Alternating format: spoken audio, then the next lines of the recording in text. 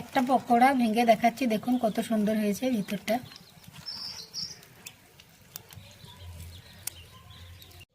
ব্রোকলিটা সেদ্ধর জন্য কড়াইটা চাপিয়ে দিলাম, পানি কলিটা দিয়ে দিচ্ছি, অল্প একটু নুন,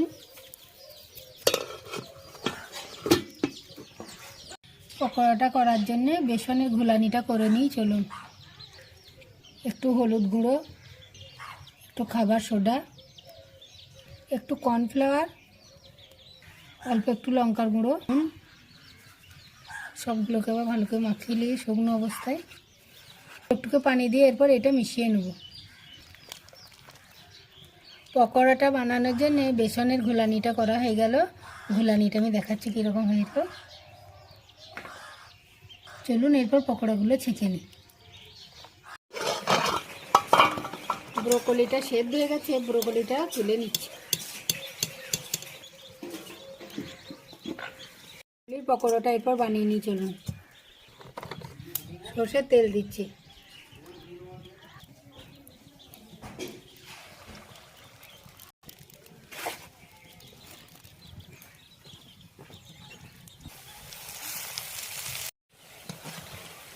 পকোড়াটা ভাজা হয়ে গেলে তুলে নিই।